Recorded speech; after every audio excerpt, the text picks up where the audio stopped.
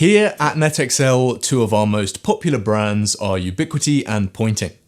Now, both of these brands manufacture antennas, but the possible use cases for the antennas produced by these companies are quite different. Today, we're going to talk about the differences between these two brands and the antennas they produce, while hopefully teaching you a little bit about antennas in the process. Stay tuned. So how do Ubiquiti and Poynting antennas differ? Well, the shortest answer to this question is that each brand sets out to solve a different problem with their antennas. The focus of Poynting is firmly on industrial and vehicular applications, and they are most often used in marine, IoT, and 4G, 5G mobile settings. While some Poynting antennas do cover Wi-Fi frequency bands, these will be useful for marinas, campsites, and other such locations where there's public or private Wi-Fi coverage for guests. Your Poynting antenna will reliably pull you in a strong, stable connection while you're in the area, and it'll do this job well. But this is obviously quite different to purposely beaming a network wirelessly from one point to another, or creating your own wireless internet provider service. And this is exactly what Ubiquiti antennas excel at. Combined with their purpose-built radios, Ubiquiti antennas provide point-to-point and point-to-multipoint solutions for extending existing network coverage, or bringing it to locations where cabling infrastructure simply doesn't exist. Their products range from simple building-to-building bridges, beaming a Wi-Fi connection from one building to another close by, all the way up to carrier-class point-to-multipoint solutions for wireless internet service providers. Poynting antennas really come into their own in mobile applications. Most of Poynting's product data sheets feature the phrase wide band, and that's for good reason. This refers to the range of frequencies that their antennas are compatible with, and Poynting antennas always cover an impressive range of the frequencies out there. Their combination antennas, in particular, such as the MIMO 315, actually cover so many frequencies that they're able to service LTE, dual-band Wi-Fi, and GPS frequencies. That's with a single product.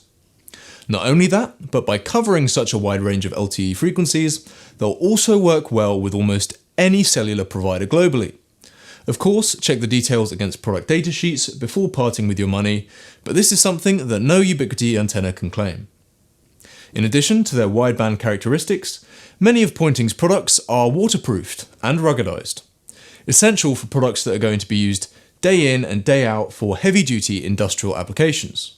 Poynting's Puck5, for example, is a ruggedized, low-gain omnidirectional antenna with an IP68 rating, meaning it's safely proofed against dust ingress and can be submerged in water to a depth of 1.5 meters for up to half an hour with no ill effects. It's even IK10 rated, which is the highest rating for impact protection a product can be given. There's even a video of Poynting staff driving over one with a Jeep to demonstrate its ruggedness.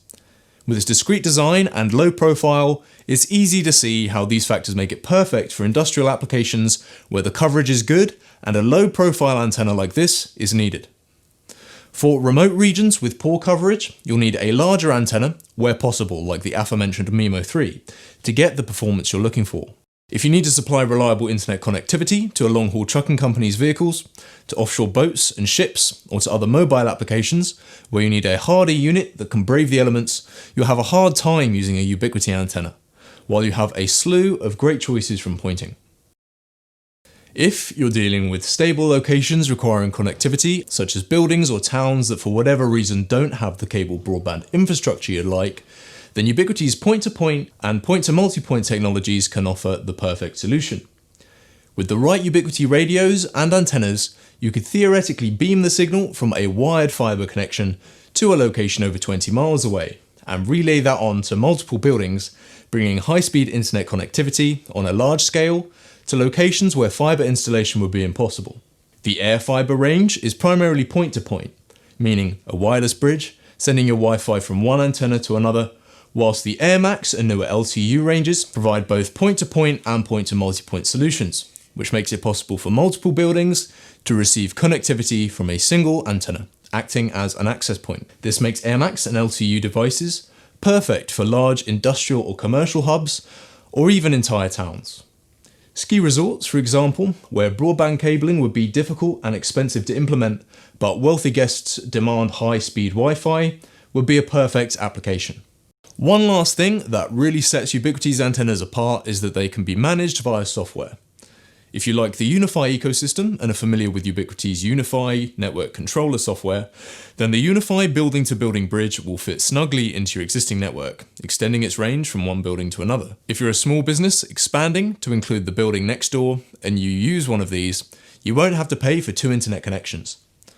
If you're a home user with a barn, shed, or other outhouse you want to add connectivity to without having to worry about cabling, this product will do the job perfectly as well. Aside from the Unify building-to-building bridge though, and the Unify controller with it, you have the UNMS, or Ubiquiti Network Management System, as well as AirOS for antennas in the AirMax, AirFiber, and LTU ranges.